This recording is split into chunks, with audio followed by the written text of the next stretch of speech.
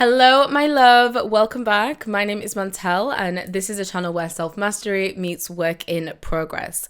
So I feel like it has been such a long time since I've done a proper productivity style video. I know you're probably thinking, girl, where is your 12-week year? When is it coming back? And I'm super excited to announce that I'm going to be completing another round of the 12-week year very soon. But not only am I going to do my 12-week year, I'm also inviting you all to join me on this journey through my new challenge, which is the Reinvent Yourself Challenge. That was a mouthful then.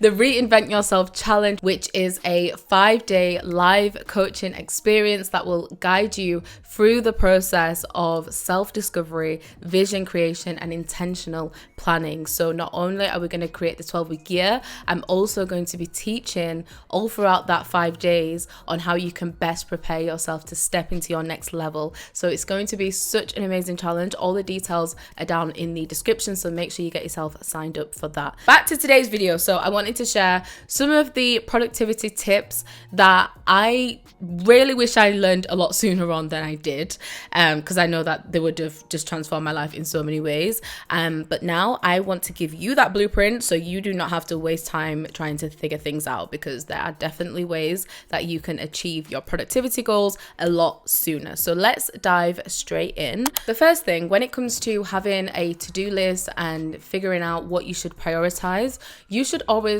look to prioritize either the hardest thing or the most impactful thing first. So when I'm looking at my day-to-day schedule, I always think, okay, what do I need to prioritize? And it's always going to be either the hardest thing of that day, or it's going to be an impact generating outcome or an income generating outcome. So for me, of course, I am a business owner. I'm also a full-time content creator. So I know when I'm going about my day-to-day, I have to focus on the tasks that are going to produce income, those income generating tasks, or the tasks that are going to produce the most impact for my business. I can't just go around ticking off all the smallest tasks like doing the laundry, doing the washing up. Although all these things need to get done, I have to prioritize what is going to make the most impact, what is going to continue to move that needle forward. When it's a content creation day, let's say, I know that's going to be the hardest thing on my list to do because it's the most energy draining.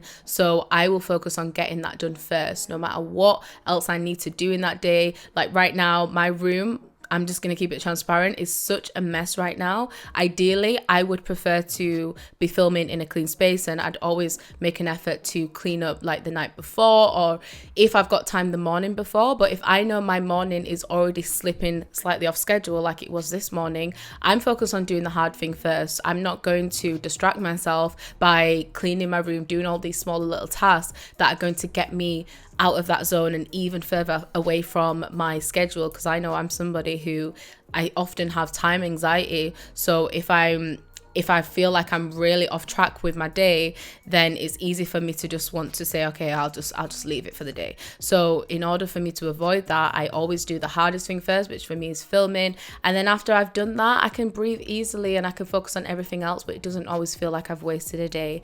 And similarly with the impact or income generating tasks. So when you've got your list of priorities, you want to always organize them in a way of, okay, what is going to produce the most impact in my day? If I was to only do one thing this whole day, and once I've done that I'd feel accomplished, what would that be? And focus on doing that first. So the next productivity mindset shift I'd say that I wish I knew sooner was to do everything with intention, regardless of whether that is doing work, sleeping, exercising, cleaning, spending time with family, spending time with loved ones. Whatever task you are doing in that moment, do it with intention. A lot of people have this problem where they may be doing a certain task, maybe they're spending time with family, but all they can think about is all of the work that they've got to do, or all the cleaning that they've got to do, or all of these other tasks that they've got throughout the week.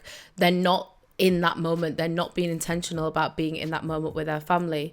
Or maybe you are working, but all you can think about is what food you're going to be making later on, or what your evening's going to look like. It's not useful to have this double mind where you're always splitting your energy and your focus in all these different directions, because you're not going to be as productive as you can be with the task at hand. So nowadays I make such a conscious effort for when, let's say I'm filming, I'm in this moment, I'm being intentional about bringing all of my energies to this moment. I'm not thinking about what the rest of my day is going to look like. I'm not thinking about the editing process for these videos. I'm just focused in this exact moment. And you want to do that with all areas of your life. So if you're sleeping, be intentional about having the best sleep ever. Don't be half-assed about it and thinking about all the work that you could be doing in that moment or anything else that you could be doing. If you're watching a film, let's say, be intentional about watching that film. If that's what you've decided to do in that time, hopefully it's not just to avoid another task that you should be doing. But if you've decided, no, right now I want to relax, I want to take some time for myself, so I'm going to sit and watch this movie, be intentional about it, or just don't do it. If you're always going to have this double mind and split focus, then you may as well go and do the other task and at least do that with intention. So that's something I've learned. Just whatever you're doing, it doesn't always have to be work, because rest is also productive, leisure is also productive, spending time with family and friends is also productive. Worrying about what you could be doing is such a waste of energy. So just instead be intentional about everything that you are doing in that moment in time. Okay, so the next productivity hack that I'm going to share, this is something I've been doing for probably the past couple of years, but I definitely wish I knew about this a lot sooner, which is using a timer. So this is also known as the Pomodoro technique. I don't necessarily follow the Pomodoro. Well, I guess I kind of do, but I don't do. I think with the Pomodoro, they say set 15 minutes and have a 5-minute break, set 15 minutes and a 5-minute break. For me, that's just too short of a time, because I know if I'm breaking off every 15 minutes, I easily get distracted. All I have to do is open the TikTok app, and that 5 minutes, it'll turn into an hour without me knowing. So I prefer to have deeper sessions of work and then have a rest, rather than having these continued breaks within the space of an hour. So I have different rules that I set with my timers. So I got this from Amazon, by the way. I'll probably leave the link in the description if you're interested. But when it comes to filming a video, I'm obviously not filming now, but when it comes to filming a video, I like to set a timer for 30 minutes. And yeah, I love setting timers, just because if not, I get into that perfectionism mentality where I'll want to refilm over and over and over and over and over again. So when I know I've only got 30 minutes, I'm going with the first take or the second take, sometimes the third take, but it's not going to go any further than that. So I like to set myself timers, and it also just helps me keep track of my day, because especially on filming days, time can really escape me, and it's one of my key frustrations. I'm like, where did that time go? So I like to set timers, especially for filming. But even other things, I mean, I've even started to set timers for my showers as well, especially on mornings where I may have had a late start to that morning. I'm more intentional about timing everything. So I'll set a timer for my showers, I'll set a timer for making food, I'll set a timer definitely for like cleaning my room. It's just so powerful having a timer, and it does make you more efficient. I don't know what the science is behind it, but I know for sure it works. So maybe try out the Pomodoro technique, whatever works for you. But I like having this physical timer here. So the next thing is to create a task list of all of the tasks that you have to do that may pop to your mind as the day goes by, that would take less than 10 minutes. And then set a time within your day, whether that is midday or at the end of the day in the evening. Set an hour or so where you'll just go through this list of all of these little tasks that you need to get done. I don't know about you, but I'm somebody where my mind wanders so much throughout the day, and I'll think of all of these little tasks that I need to do, whether it's I need to return a parcel, which I actually need to do today. What time is it? I've got time. Whether I need to return a parcel, or whether I need to clean my room, whether I need to do the laundry, whether I need to send an email. There's just so many little tasks that will pop up. I can sometimes struggle with prioritizing things, even though I have my top priorities that I know I need to get done. If I remember that I need to send an email, my brain will then trick me into believing that that's a priority for that moment. If I don't get it done, then all hell's gonna break loose. That's how I can feel in that moment, but it becomes a distraction. So instead of just allowing that to ruminate around my mind all day, I'll just write it down on a list, and then I'll revisit it. But in that moment, what I think actually becomes more distracting is feeling like you're going to forget it. So it's like, all right, I'll just do it now so I don't forget again. So if you write it down, then you can clear that space in your mind. You can know that it's not going to get forgotten. You're going to get back to it at some point in that day. It just doesn't have to be right then and there. So yeah, create a list and then schedule out some time in your day when you're going to go through those lists and get all of those tasks done. And it's such a fulfilling feeling as well, because you're getting all of these quick wins, but it's not necessarily taking up all of your day. You actually don't want to spend all of your day just ticking off these quick win tasks that are not moving the needle forward.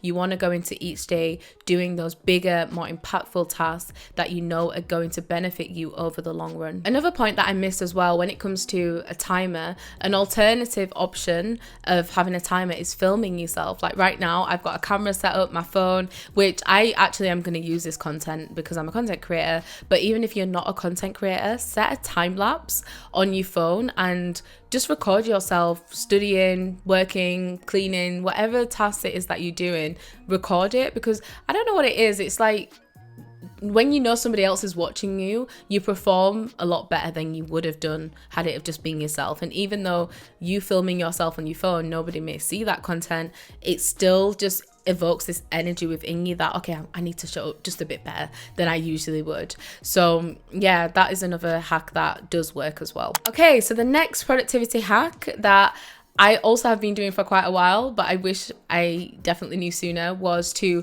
listen to everything in at least 1.25x speed. And that's the very least. I go all in. I listen to things in 2x speed, like constantly. If it's somebody that already speaks pretty fast, then I'll maybe go to 1.25, but my standard is 2x. So when I'm listening to podcasts, when I'm listening to audiobooks, when I'm listening to training modules, when I'm listening to my study resources, anything that is in an audio form or a video form, you best believe that is in 2x, because I do not have the time to be watching videos that are 10 plus minutes on the normal speed. I really can't, unless I'm so invested that I need to grasp every single word. But even then, when I listen in 2x speed, it's like my brain just adjusts to it, and I can hear every word. But it's very rare that I listen to things in the normal speed, and this is just so beneficial when it comes to audiobooks or podcasts, which are longer episodes. If you're wanting to get through that content a lot quicker, then I would suggest increasing the speed. And yeah, it's been life-changing. I've got through 10-hour books in 5 hours, you know. It's just amazing. The next productivity hack I wish I knew sooner was outsourcing. Now, a lot of people feel like in order to outsource, you must have some sort of business, or you must be a freelancer, or you must have an agency.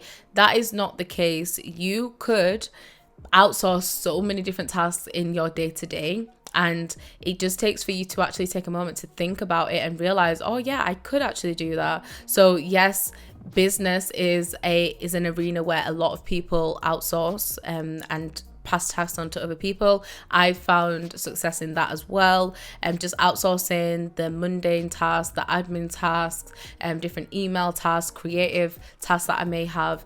And one thing I've learned about outsourcing is you could very well do the task. Like a lot of the things I outsource, I can do myself very well. So you're not outsourcing to people because you can't do it. You're outsourcing to save time. Your time is going to be your most precious asset. It is your most precious asset. So the reason that we outsource is so we can gain back our time to focus on mastering the things that we actually love and stay within our zone of genius. So that is something that you have to realize. You're not always outsourcing things that you can't do. Yes, you are doing that as well, but even the things you can do, it's all about saving time. So yes, there's one element which is outsourcing in business, but there are so many lifestyle things that you can outsource, starting small. Let's say, for example, laundry. So at the moment at my house, my washing machine is broken, which is such an annoying inconvenience. But I was thinking about it the other day as I was just in like the laundrette, and I was thinking, this is actually something that you could easily outsource for somebody else to do. Just hand them your laundry, let them do it all, let them fold it, let them dry it, iron it, all of that, and then just bring it back. And that's saving you so much time. Another thing that you can outsource is your meals. So you could use a platform like Green Chef or HelloFresh, or even though with those you still have to make the food. So you could outsource like a meal prepping service to make all your meals so you can save time there. You could hire a cleaner to come and clean up for you. Like there's so many different things you can outsource. So with this, I'd say start by creating a list of all of the tasks that take up the majority of your time throughout your day. For a lot of people, it is the mundane tasks like cleaning and cooking. I know that is the case for me. It is frustrating, but it also is what it is. So they're two of the things that take up a lot of time for a lot of people. If you're a content creator, maybe editing takes a lot of time. Even if you're in a 9-to-5, think about some of the things that you could easily outsource to somebody else so you could focus more on your actual profession. So that could be hiring a cleaning service so you've got more time in the evening to focus on your side hustle. It could be looking into a meal prepping service. All of these things can save you time. We want to focus on what brings in income and what how we can leverage our skills. That's where we want to be. Anything else can become a distraction, not at all seasons of life, but there are going to be seasons where these things can become a distraction and you need to maybe outsource them. Okay, so the next one, productivity tip that really changed my life, is scheduling everything. And this is something I'm still working towards getting better at, especially when it comes to social events, seeing friends, seeing family, things like that, because you also have to schedule those in. As much as you schedule working, you need to also schedule socializing, leisure, relaxing, time off. All of that should be on your calendar, because if not, it's so much easier for you to fall off track. I know there's been plenty of times where I've been super on track, I've been in my routine, and then maybe I've met up with a friend that wasn't on my schedule, and then it's just set a few other things back. And I'm not saying that you should avoid doing these things, like you should not avoid spending time with people, having those social events, but they should just be scheduled if you are somebody who really wants to be your most productive self this year. So the next productivity hack I wish I knew sooner was that busy work is not productive work. I used to be the queen of busy work. I used to be the queen of having a mile-long to-do list and just doing all of the little quick things first and just dilly-dallying around and not really focused on the income producing or impact producing tasks, not focused on the hard things, and just doing things that made me feel like I was moving around, but I was actually moving nowhere. It's like walking on a treadmill and you're not actually getting anywhere, but you're still busy. This is where self-awareness comes into it, and you have to be honest with yourself. Where are you procrastinating? Where are you doing the busy work rather than the impactful work? How can you be more efficient with your time and your schedule? How can you be more productive? Maybe you need to put in more effort with certain things, or maybe you need to cut back a few things in your schedule or prioritize, set boundaries. You have to be honest with yourself about what your busy work is looking like, especially if you've gone through maybe the past few months, the past year, and you've had all of these big goals and you haven't achieved any of them, but yet you still feel overwhelmed, like you're doing so many things. It's clear that something needs to change and something hasn't been working. And then the final productivity hack that I wish I knew sooner, this one is more specifically for my content creators, and it's that you should document rather than create. Now, yeah, I felt like this needed to go in here for some reason. I don't know why, it came to my mind, and I thought, actually, I'm going to share it today, and I feel like someone will be blessed by hearing this, because it did help me, and it is a productivity tip, because especially as a content creator, it can become overwhelming with all the content you need to film and all the things that you need to get done for your business. Because as a content creator, it's not just about turning on the camera and talking. I wish it could be that easy, but there's a whole business side to it. So as a content creator, the easiest way that you can start to produce content and have more content is by documenting all of your processes, is by creating content around your lifestyle. I shared earlier that at the moment I've got my phone set up as well as my camera,